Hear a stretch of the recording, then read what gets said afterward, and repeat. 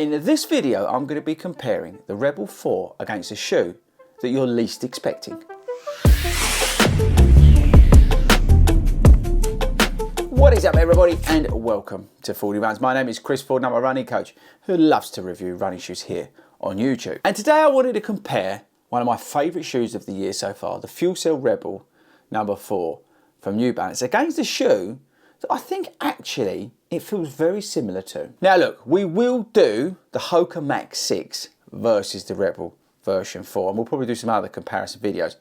But when I was running along the other day in the Rebel 4, I was thinking to myself, you know what this kind of feels like? The Nova Blast 4. Now the Nova Blast 4 has sort of grown up this year. It's lost that sort of nutter edge that it had to it. The complete instability of the heel has gone. And what ASICS have done is create a very good daily trainer that feels very similar to the Rebel version 4. Now comparing the two, they're very similarly matched. £140-ish, I think this is a little bit cheaper. You've got a 6mm drop, 8mm drop. You've got a higher stack in this shoe. This is 40mm and this is only 30, so it is a lower feeling shoe. But I feel they ride very similar. You get a nice smooth transition from both of them. They fit real nice. Although this is a UK 10, this fits true to size. And on the outsole, the New Balance absolutely destroys the Nova Blast 4, but this is much improved versus the previous version. And in terms of comfort, they're both comfortable and they both fit well around the heel and the Achilles area and don't provide any sort of issues in terms of rubbing or anything like that. And in fact, both shoes I've had no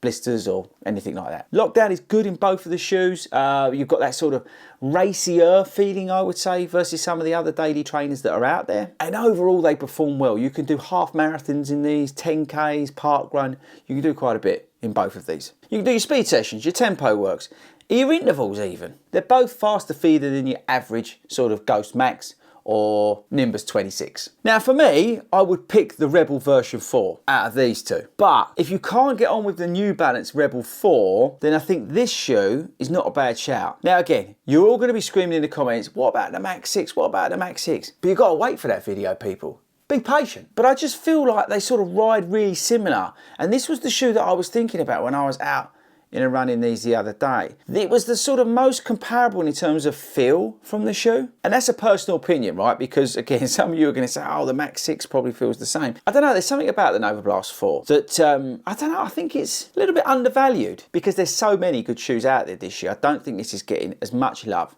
as it deserves. So I think you buy the Rebel version 4. But if this is not for you, then consider the Nova Blast 4 because it too is a very good running shoe. Okay people, that's it. That's the end of the versus video. I wanted to compare, two shoes that actually felt similar. You know, when I try and do these videos, they can match up on the stats and things like that. And you guys ask, this versus this. But for me, I was just to say, I was out there plodding along like you do. And to me, it just felt very similar to the Nova Blast 4. So there we go guys. Thanks for sticking around to the end of the video. Make sure you subscribe before you leave me today. And I'll catch you later.